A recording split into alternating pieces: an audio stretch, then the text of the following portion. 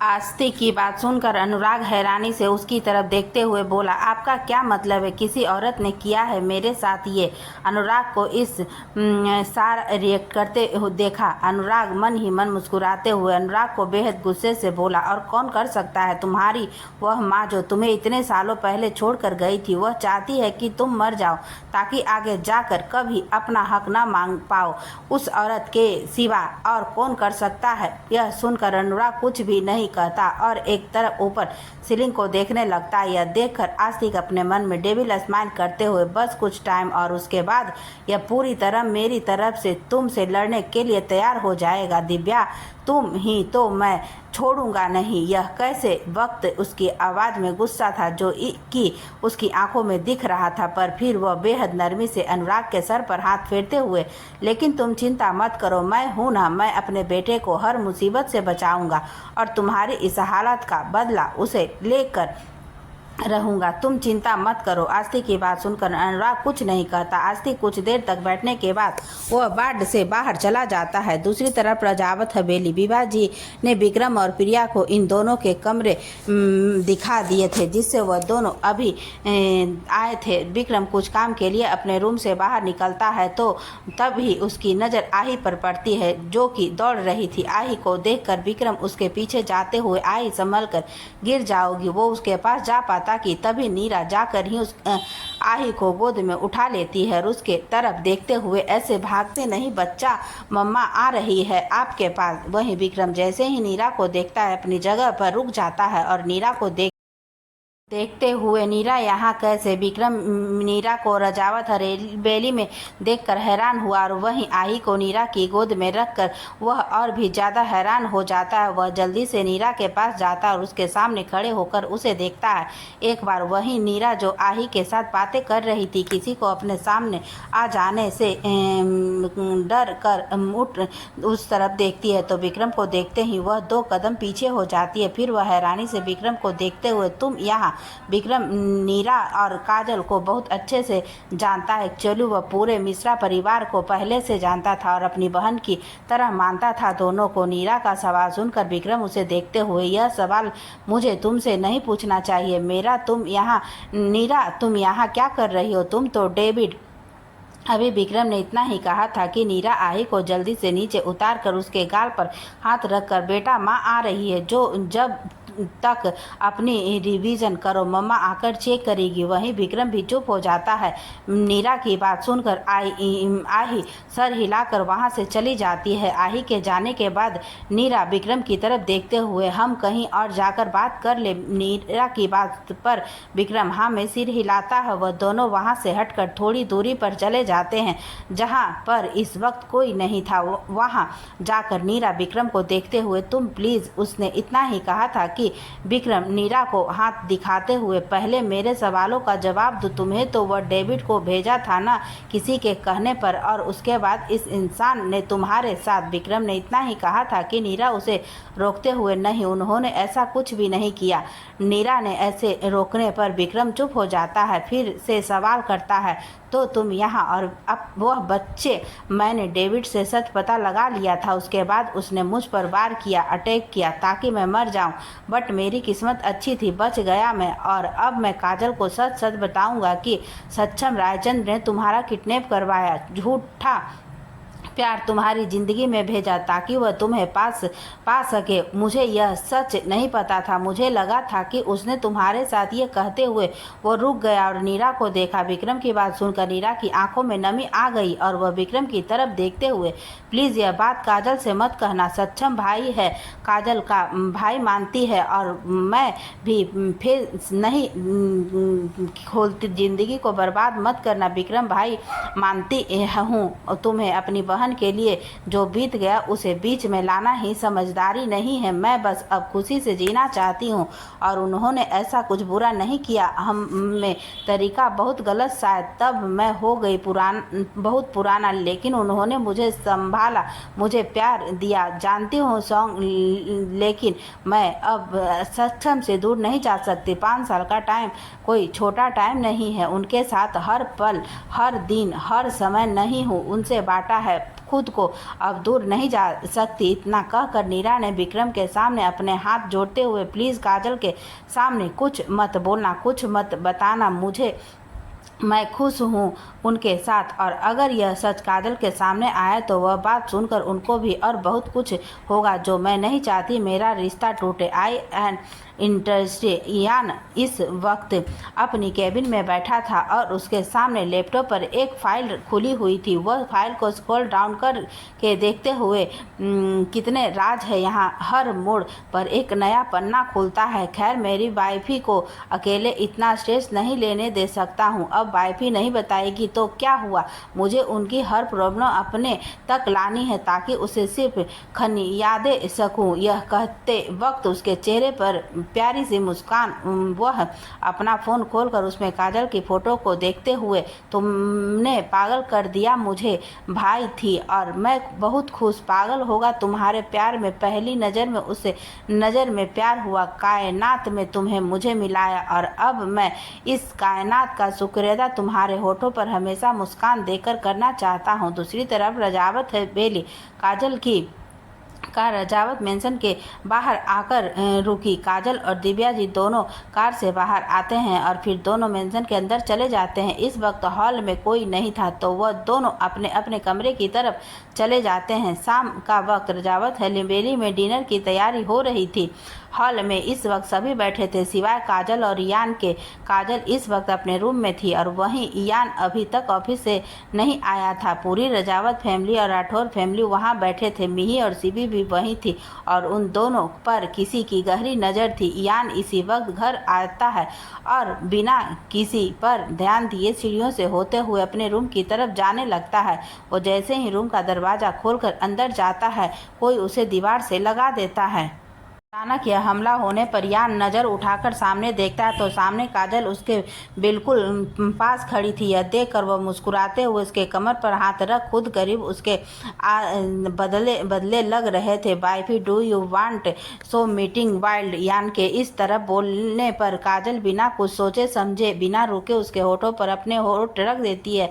यह होते ही यान की पकड़ उसके कमर पर मजबूत हो जाती है और वह उसे और कसकर अपने से चिपका लेता है। यान के ऐसा करने पर काजल उसकी गर्दन पर अपनी बाहें कस लेती है और यान के होठों को किस करने लगती है। यान भी काजल के सिर को पीछे से पकड़कर अपनी तरफ पुश करते हुए पैशनेटली किस करने लगता है। किस करते हुए यान काजल को कमर से पकड़कर उठाता है। काजल अपने दोनों पैर यान के कमर पर लपेट देता है।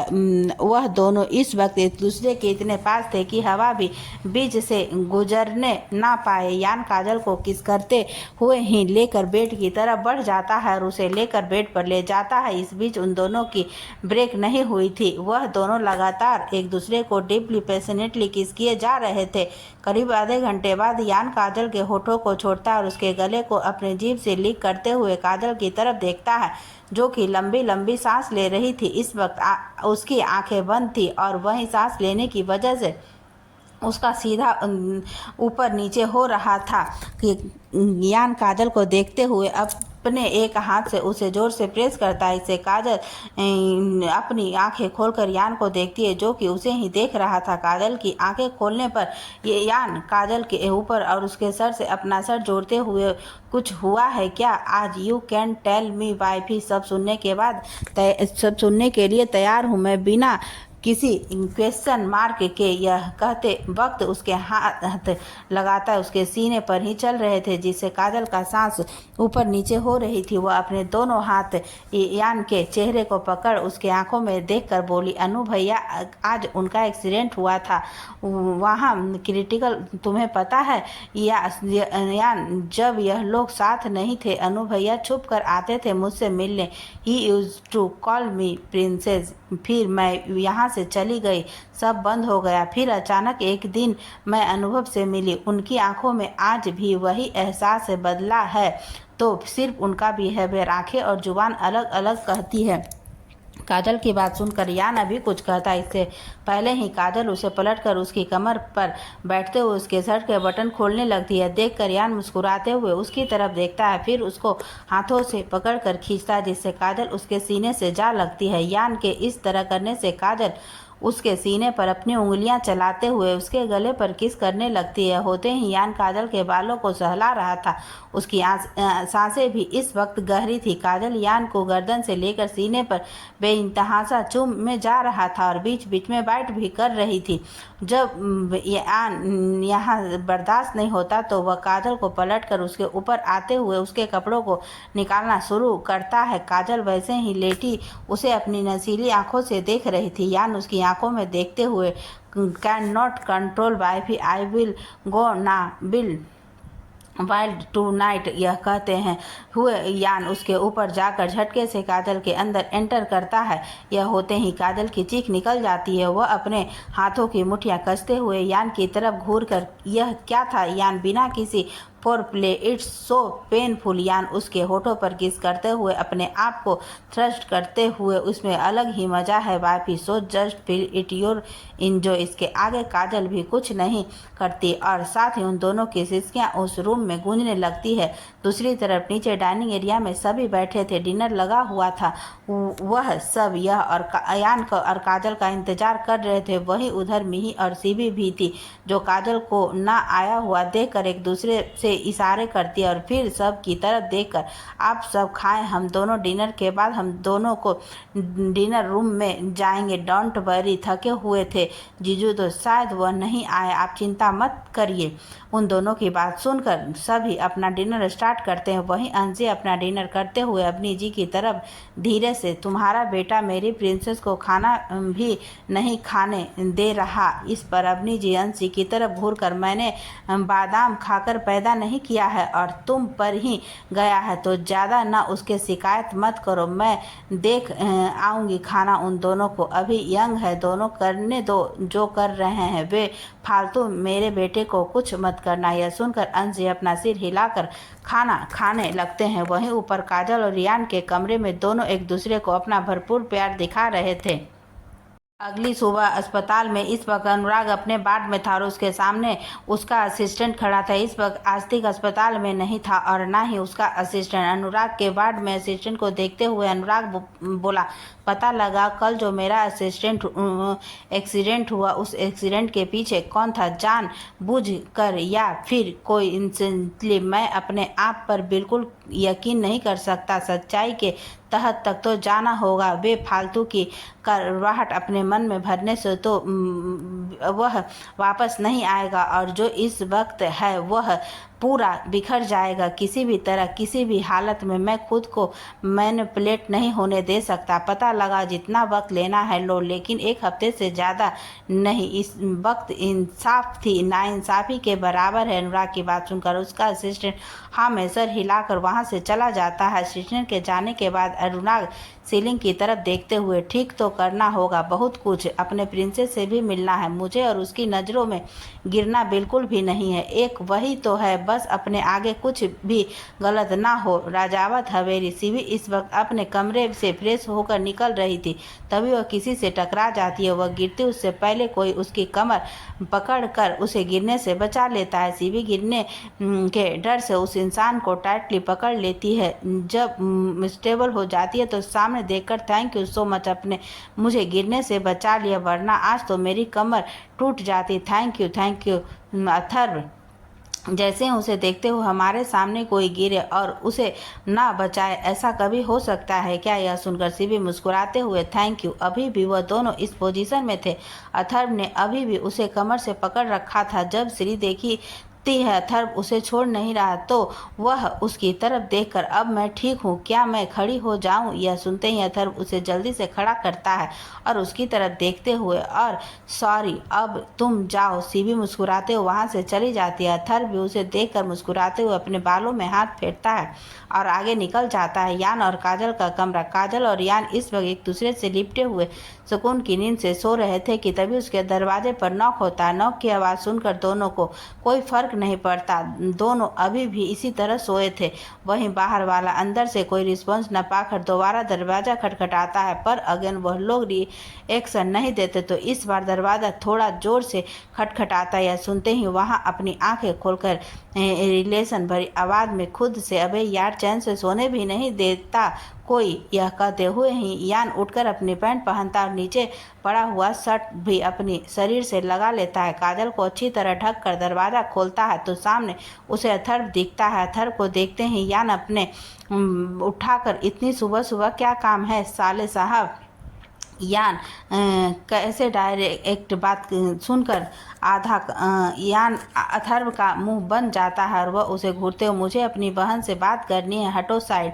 इतना कह कर वो यान के साइड से जाने की कोशिश करता है कि यान उसे वहीं पर अपना हाथ डालकर रोकते हुए, सो रही है तुम्हारी बहन, उठ जाएगी तो बात कर लेना। अथर्व यान की बात न सुनते हुए, अभी बात करनी है ना कंपनी से रिलेटेड, क्या यार छुपा कर क्यों रखा है, बात करने दो ना, कोई हीरे की खादान थोड़ी है चुरा कर ले जाऊंगा। अथर्व की बातें सुनकर यान तिरछा मुस्कुराते हुए, हीरे की खदान नहीं लेकिन मेरा हीरा है अंदर, जो इस वक्त उठने के मूड में बिल्कुल भी नहीं है, उसे रेस्ट करने दो, सी नीड रेस्ट। यान की बात सुनकर अथर्व फिर से, रेस्ट क्यों, क्या हुआ, मेरी बहन ठीक तो है ना जीजा जी। उसने यह सब पर जोर देकर कहा। यान को अथर्व की बात से इरिटेट कर रही थी तो वह उसकी तरफ देखकर, थकी हुई है वह इसलिए नहीं आएगी, और वह क्यों थकी हुई है, जाकर किसी शादीशुदा इंसान से पूछो, ठीक है, कोई रात को कोई क्यों थकता है। अब ज़्यादा दिमाग मत खराब करो मेरा और जाओ ब्रेकफास्ट करो, हम दोनों आ रहे हैं। इतना कहकर यान ने दरवाज़ा बंद कर दिया। वहीं अथर्व, जिसका चेहरा इस वक्त हैरानी से था, वह मुंह खोल अभी भी बंद दरवाजे को देख रहा था।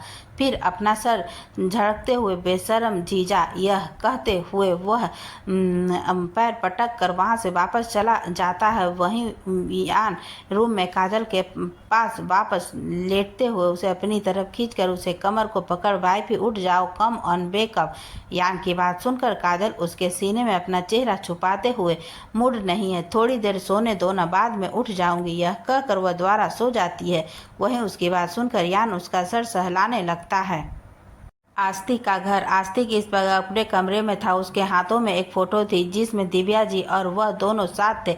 दिव्या जी के चेहरे पर एक प्यारी सी मुस्कान और वहीं आस्तिक के चेहरे पर ना के बराबर एक्सप्रेशन। वह उस फोटो में दिव्या जी को देखते हुए फ़ोटो को फाड़ देता है और दिव्या जी के फोटो को हाथों से मसलते हुए, तुम्हारी यह मुस्कान ही तो नहीं भाती, मुझे बहुत जल्द दुनिया से विदा करूंगा, बहुत बुरी तरीके से तुम्हें, मुझे दुनिया में सबसे ज़्यादा नफरत है तुमसे और बहुत जल्द मैं अपने इस नफरत को उसकी सही मंजिल पर पहुंचा जाऊंगा। तुम्हारा जान से प्यारा बेटा भी तुम्हारे साथ ही मार डालूंगा मैं उसे, फिर होगी मेरी जीत। यह कहकर वो जोर जोर से हंसने लगता। वह हंसते हुए इस वक्त बिल्कुल किसी साइको की तरह लग रहा था। दूसरी तरफ हॉस्पिटल में अनुराग अपने बेड में बैठा अपने फ़ोन में एक फ़ोटो को देख रहा था। उसे देखते हुए उसे अब वह पर अपने हाथ घुमाते हुए, क्यों ऐसा क्यों लग रहा है, कुछ गलत होने वाला है, मुझे जल्द से जल्द यहाँ से निकलना होगा, खेल का मोहरा नहीं बना, मुझे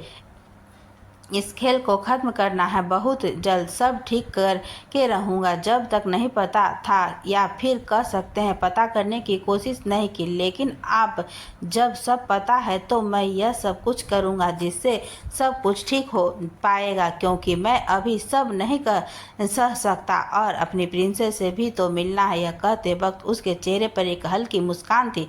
कुछ देर बाद अनुराग अपने वार्ड से निकलता है। इस पर उसने नॉर्मल कपड़े पहन रखे थे। उसके असिस्टेंट ने उसके निकलने का इंतजाम कर दिया था। हालांकि अभी भी अनुराग पूरी तरह से ठीक नहीं था, पर फिर भी वह और बहुत देर तक अपने आप को इस तरह से यहाँ नहीं रख सकता था। वहीं दूसरी तरफ इस वक्त रजावत हवेली में काजल नाश्ते के लिए नीचे नहीं आई थी। सुबह से ही उसकी तबीयत खराब लग रही थी, जिस वजह से यान भी तब से उसके पास ही था। अभी काजल बेड पर बैठे अपने फ़ोन में कुछ कर रही थी, तो वहीं यान भी सोफे पर बैठा अपने लैपटॉप में काम कर रहा था कि तभी काजल झटके से खड़ी होती भागते हुए वॉशरूम में जाती है। देखकर यान भी उसके पीछे जाता है। काजल अंदर उल्टी कर रही थी। यह देखकर यान परेशान होते हुए उसके पीठ को रब करता है। काजल थोड़ी देर में खड़ी होती है। वह अपना सर यान के सीने से लगाकर I am feeling very low. यान पता नहीं क्या हो गया। यान उसे गोद में उठाकर रूम में लाकर बेड पर लेटा देता है और उसके सिर को चूमते हुए मैं डॉक्टर को बुलाता हूँ। I can't see you like things okay. यह कहकर वह काजल के सर को चूमकर जैसे जाने को होता है, काजल उसके हाथ को पकड़ कर डॉक्टर की नहीं, तुम यहाँ रहो, मुझे नहीं चाहिए डॉक्टर, कुछ गलत कार्य होगा कल, अभी मुझे सोना है, प्लीज़ तुम्हारे साथ रहो ना वरना मुझे नींद नहीं आएगी। यान काजल की बात पर कुछ नहीं कहता, उसके बगल में आकर लेट जाता है और उसका सर अपने सीने पर रखकर सहलाने लगता है। कुछ देर में काजल सो जाती है। वही यान सीलिंग को देखकर कुछ सोचते हुए काजल का सर सहलाता रहता है। दिव्या जी इस वक्त कार ड्राइव कर रही थी। वह इस वक्त किसी मीटिंग के सिलसिले से जा रही थी कि तभी उसके सामने एक कार आकर रुकती है। यह देखते ही दिव्या जी झटके से कार रोकती है कि तभी सामने वाली गाड़ी का दरवाज़ा खुलता है और एक शख्स मास्क लगाए बाहर निकलता है और दिव्या जी के गाड़ी के खिड़की पर नॉक करता है। यह देखकर दिव्या जी जैसे ही अपने शीशे को नीचे करती है वह उनके चेहरे पर कुछ स्प्रे कर देता है जिससे दिव्या जी बेहोश हो जाती है। रजावत इंडस्ट्री अखिल जी अपने केबिन में बैठे फाइल रीड कर रहे थे कि तभी उनका फ़ोन रिंग होता है। वह एक नज़र फ़ोन को देखकर फाइल रीड करते हुए उसे उठाकर कान पर लगाते हैं। कुछ बोलने वाले थे कि तभी सामने वाले की बात सुनकर उसके हाथ से फाइल गिर जाती है और वह झटके से खड़े होकर क्या कहा, लेकिन ऐसा कैसे हो सकता है, तुम्हें मैंने उनके सिक्योरिटी लगाने के लिए लगा रखा है और तुम्हारे होते ही कैसे हो गया। वहाँ से कुछ कहा गया जिसके सुनते ही अखिल जी जल्दी से केबिन से बाहर निकल जाते हैं। अखिल जी जा ही रहे थे कि तभी बीच में उन्हें देवेंद्र जी मिलते हैं जो कि प्रिंसिपल से कुछ बात कर रहे थे। यह देखकर वह देवेंद्र जी की तरफ जाते हैं पर फिर अपने कदम बीच में रोककर वापस से पीछे जाने को मुड़ते हैं कि तभी देवेंद्र जी उन्हें आवाज़ लगाते हुए भैया। देवेंद्र जी की आवाज़ सुनकर अखिल जी रुक जाते हैं। तभी देवेंद्र चौहान जी की तरफ आकर आप इतने परेशान क्यों लग रहे हैं, कुछ हुआ है, कहाँ जा रहे हैं आप। इस वक्त देवेंद्र जी की बात सुन अखिल जी सीधे चलते हुए अभी बताने का समय नहीं है, चलना है तो साथ चलो, रास्ते में बताऊंगा। अखिल जी की बात सुनकर देवेंद्र जी भी उनके साथ निकल जाते हैं। इस वक्त देवेंद्र जी और अखिल जी दोनों कार में बैठे थे। अखिल जी गाड़ी ड्राइव कर रहे थे। तभी देवेंद्र जी उनकी तरफ देखकर आप तो बताइए क्या हुआ, इतनी जल्दी में और इतनी परेशानी में कहाँ जा रहे हैं। देवेंद्र जी की बात सुनकर अखिल जी अपना ध्यान सामने लगाते हुए दिव्या जी का किडनैप हो गया है, अभी उसके बॉडीगार्ड का फ़ोन आया था, थोड़ी देर के लिए बस थोड़ी दूर रह गया था, इतने में किडनैप कर लिया और मैं जानता हूँ यह उसका ही काम है। अखिल जी की बात सुनकर देवेंद्र जी हैरान होते हुए भाभी का किडनैप हो गया, भाई कुछ हद से ज़्यादा ही आगे जा रहे हैं, भाभी को कुछ नहीं होना चाहिए, इसके लिए चाहे आप को या मुझे कुछ भी करना पड़े। देवेंद्र जी की बात सुनकर अखिल जी अपनी पकड़ स्टीयरिंग बेड पर करते हुए आज मैं जान से ले लूँगा, उसकी बहुत माफ़ कर दिया बड़े होने के नाते, लेकिन अगर उसने मेरी दिव्या को कुछ भी किया तो जान निकाल लूँगा। यह कहकर अखिल जी चुप हो जाते हैं। देवेंद्र जी भी इस वक्त कुछ नहीं कहते। थोड़ी देर में अखिल जी की कार एक जगह जाकर रुकती है और वह गुस्से से गाड़ी से बाहर निकलते हुए उनके साथ देवेंद्र जी भी बाहर निकलते हैं। दूसरी तरफ काजल इस वक्त अस्पताल में थी। यान उसे ज़बरदस्ती यहाँ लेकर आया था क्योंकि काजल को सुबह से बहुत बार उल्टी हो चुके थे और वह चक्कर आते आते गिरने से बची थी। यान काजल को लेकर कोई रिस्क नहीं ले सकता था, इसलिए बहुत से ले कर डायरेक्टली हॉस्पिटल चला आया था। इस वक्त काजल के टेस्ट हो रहे थे और यान डॉक्टर के केबिन में बैठा काजल का वेट कर रहा था। थोड़ी देर में डॉक्टर बाहर आती है, उसके साथ काजल भी थी। डॉक्टर यान को देखते हुए सब बस थोड़ी देर में रिपोर्ट आ जाएंगे, फिर हमें मैम के कंडीशन के बारे में पता चलेगा और वैसे जहाँ तक मेरा आपको सुझाव है, आपको एक बार गायनो डॉक्टर से जाकर सलाह लेना चाहिए। डॉक्टर की बात सुनकर यान उसे देखता है, फिर काजल की तरफ देखकर हाँ मैं इशारा करके काजल को लेकर उसे केबिन से बाहर निकल जाता है। थोड़ी देर में वह दोनों गायनोकोलॉजिस्ट के सामने थे और वह काजल को चेक कर रही थी। इस वक्त यान के चेहरे के एक्सप्रेशन कोई देख कर बता सकता नहीं सकता था वह क्या सोच रहा है। वहीं काजल के चेहरे पर नर्वसनेस थी। थोड़ी देर बाद डॉक्टर काजल का चेकअप करने के बाद उन दोनों के सामने बैठी थी। उसके हाथ में इस वक्त रिपोर्ट थी, जिसे देखते हुए काजल की तरफ देखकर, आप 1 मंथ प्रेग्नेंट है Mrs Rathore, congratulation you to Mr Rathore. यह सुनते ही यान और काजल दोनों एकटक डॉक्टर को देखने लगते हैं। फिर यान के चेहरे पर बड़ी सी मुस्कुराहट आ जाती है और वह घूमकर काजल को देखता है और उसके माथे पर किस करके thank you so much wifey, I am so happy. वहीं काजल जो एकटक सामने देख रही थी, वह यान के यह कहने पर वो होश में आती है। उसके चेहरे पर भी अभी इस वक्त मुस्कुराहट थी और वह भी यान को देख रही थी। वह दोनों अभी एक दूसरे को देख रहे थे कि तभी डॉक्टर एक रिपोर्ट आगे बढ़ाते हुए, उनकी प्रेगनेंसी नॉर्मल है, बस कुछ खास बातों का ख्याल रखना पड़ेगा, खाने पीने की डाइट का टेंशन नहीं लेना और जितना हो सके उतना एक्सरसाइज, और बाकी आप फिट हैं। डॉक्टर की बात सुनकर यान हाँ में सर हिलाता है और फिर काजल को लेकर वह डॉक्टर के केबिन से बाहर चला जाता है। वह इस वक्त काजल और यान दोनों हॉस्पिटल से बाहर थे और यान काजल को अपने गोद में बैठा कर रखा था और उसे गोल गोल घुमा रहा था। काजल अपने हाथों से यान के कंधों को पकड़ते हुए, यान क्या कर रहे हो, गिर जाऊंगी मैं, मुझे नीचे उतारो यार। वहीं अस्पताल से बाहर गुजर रहे लोग उन दोनों को देखकर मुस्कुरा रहे थे। यान काजल को वैसे ही लेकर कार की तरफ जाते हुए, अरे ऐसी कैसे गिरने दूंगा तुम्हें वाइफी, तुमने तो मुझे मेरी लाइफ का सबसे बड़ा गिफ्ट दे दिया, अब तो तुम्हारी हद से ज़्यादा केयर होगी। यह बोलकर वो काजल को पैसेंजर सीट पर बैठाते हैं और खुद ड्राइविंग सीट पर बैठकर कार ड्राइव करने लगता है। काजल यान को देखते हुए, खुश हो न तुम? यान काजल के यह कहने पर उसकी तरफ देखते हुए, मेरे चेहरे पर तुम्हें खुशी नहीं दिख रही, सबसे ज़्यादा खुश ऐसा लग रहा है दुनिया में सब कुछ मिल गया मुझे wifey, it's everything for me. यान की बात सुनकर काजल मुस्कुराने लगती है और अपने मन में पता था कि बच्चे पसंद है, पर यह मेरा एहसास बहुत, मैं तुम्हारी खुशी मेरे लिए सबसे ज़्यादा ऊपर है, तुम्हारी खुशी के लिए कुछ भी करूँगी मैं। दूसरी तरफ अखिल जी और देवेंद्र जी गाड़ी से बाहर निकलकर सीधे बने एक खंडर की तरफ जाते हैं। उनके वहां पहुंचते ही बहुत सारे गार्ड्स उनके सामने आ जाते हैं। यह देखकर अखिल जी गुस्से में अपनी गन निकालते हैं और सामने देखते हुए शूट करने लगते हैं। फिर देवेंद्र जी की तरफ देखकर, मुझे अभी कोई भी ड्रामा या डायलॉग नहीं चाहिए, देव खेलते हैं, मुझे देवी मेरी दिव्या किसी भी कीमत पर सही सलामत रहे, जितने खून बहाने पड़े बहा दो, डू इट। देवेंद्र जी अखिल जी की बात सुनकर सामने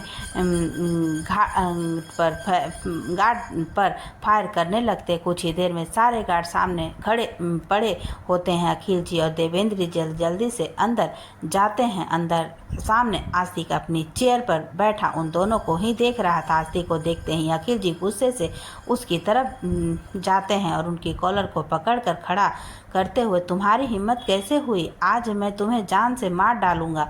अखिल जी को ऐसा करते देख देवेंद्र जी जल्दी से उन दोनों के सामने आ जाते हैं। तभी आस्तिक हंसते हुए, अखिल जी को देखकर मार डालो, लेकिन भूल जाओ कि तुम्हें तुम्हारी बीबी मिलेगी। यह सुनते ही अखिल जी को गुस्सा आता है और वह पंच आस्तिक के चेहरे पर झाड़ देते हैं। इसी के साथ आज तक चेयर से नीचे गिर जाता है। अब अखिल जी जैसे ही उसे पकड़ने गए, देवेंद्र जी उसे रोकते हुए, भैया क्या कर रहे हैं, रुकिए, भाभी को लेना है हमें, आप इस तरह से अपना आपा नहीं खो सकते। देवेंद्र जी की बात सुनकर अखिल जी आस्तिक को घूरते हुए, तो मैं क्या करूं देव, इस इंसान को जिंदा छोड़ दूं, बिल्कुल भी नहीं, आज मिसेस चंदा नहीं छोड़ूंगा, मैं इसे जिंदा नहीं छोड़ूंगा, जिंदगी न करके रखी है इसने हम सब की। अखिल जी कोई बात पर देवेंद्र जी कुछ बोलने की तभी उनके कानों में आज तक की आवाज़ आती है, जो कि हंसते हुए अखिल जी की तरफ देखकर, अभी जिंदगी नरक की कहाँ है, अभी तो बदतर करना है बहुत। और क्या वे आपसे सीधे तुम पर वेरी बैड, हाँ यही संस्कार दिए हैं तुम्हारे पूरे पूज्य पिताजी ने। अपने से बड़ों का आदर करना चाहिए। उसने यह जैसे ही कहा, इस बार अखिल जी ने हंसते हुए बड़ों का आदर करने के लिए कहा है, तुम जैसे कमीनों का नहीं। और खबरदार जो मेरे परिवार पर गए। अभी वह दोनों बातें कर रहे थे कि तभी आस्तिक एक झटके से खड़ा होता है और अपने पीछे लीगेड से अखिल जी की तरफ निशाना लगाता है, पर अखिल जी को कोई सामने से झटके से खींच लेता है।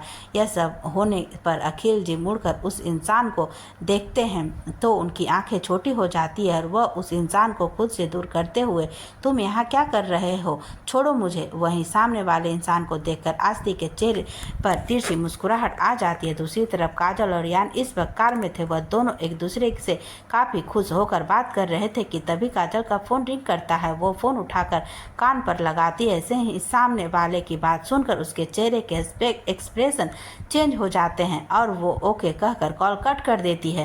काजल को ऐसे देखकर यान गाड़ी रोककर उसकी तरफ देखते हुए, व्हाट हैपेंड वाइफी, यान की बात सुनकर काजल उसकी तरफ देखते हुए, बड़ी माँ किडनैप हो गई है। आस्तिक अनुराग को देखते ही अपने चेहरे पर तिरछी मुस्कान लिए अखिल जी को देखता है, फिर अनुराग की तरफ जो उसकी ही तरफ देख रहा था।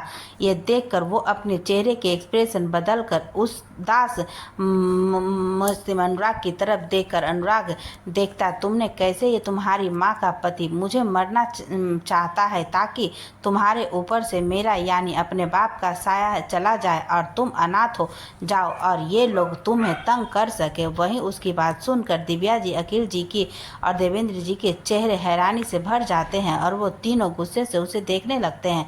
फिर दिव्या जी अनुराग की तरफ देखकर कुछ कहने को हुई, पर वो अनुराग का चेहरा देखकर रुक गई, क्योंकि अनुराग के चेहरे पर कोई एक्सप्रेशन नहीं था और वो बिना किसी भाव के आस्तिक को देख रहा था। यह देखकर उन तीनों, दिव्या जी, अखिल जी और देवेंद्र जी कुछ नहीं कहते। अभी वहाँ शांति थी। दिव्या जी अनुराग को देख रही थी जो उनके बगल में खड़ा था। अखिल जी दिव्या जी को देख रहे थे और वहीं देवेंद्र जी उन तीनों को देख रहे थे। वहीं आस्तिक अपने उदास आंखों से अनुराग की तरफ देखकर, तुम आ गए हो ना, अब मुझे इन लोगों से बच्चा और ख़त्म कर दो अपने इस चाचा को। आज तक की बात सुनकर अनुराग कुछ पल चुप रहता है, फिर एक तिरछी मुस्कान के साथ, क्या मुझे अपनी माँ को ख़त्म नहीं कर देना चाहिए पापा? वह पापा शब्द पर जोर देता है। अनुराग के बात सुनकर आस्तिक कुछ पल उसे हैरानी से देखता है और फिर दिव्या जी की तरफ खुद हैरानी भरे भाव लिए नम आंखों से अनुराग की तरफ देख रही थी। यह देखकर वह अपनी तिरछी मुस्कान छुपाते हुए अनुराग की तरफ देखकर, उस औरत ने तुम्हारे साथ गलत किया है बेटे, तुम्हें बार बार करने की कोशिश की, छोड़ कर चले गए, तुम्हें नाथों की तरह जिंदगी जीने पर मजबूर किया इस औरत ने, तुम कर सजा दोगे इसको, वह मुझे कबूल है। लेकिन आस्तिक इससे आगे कुछ बोल पाता कि तभी अनुराग उसके बात को पूरा करते हुए, लेकिन आपको मज़ा नहीं आएगा, आपको मज़ा तो तब आएगा जब वो बहुत तड़पेगी, है ना मिस्टर आस्तिक रजावत। अनुराग की बात सुनकर आस्तिक के चेहरे पर देखने लगता है और उनकी ऐसी नज़रों को देखकर अनुराग तिरछा मुस्कुराते हुए, क्या हुआ, शौक लगा कि मुझे कैसे पता? अनुराग की बात सुनकर आस्तिक लाते हुए, नहीं, मैं ऐसा कुछ नहीं चाहता, मैं तो बस अपने बेटे के लिए इस औरत से बदला लेना चाहता था, सिर्फ और सिर्फ अपने बेटे के लिए। लेकिन अगर तुम इस औरत को जो सज़ा दोगे वह तो इस औरत, आस्तिक के शब्दों को बीच में काटते हुए अनुराग बेहद गुस्से में, माँ है मेरी, यह तमीज़ से बात करो।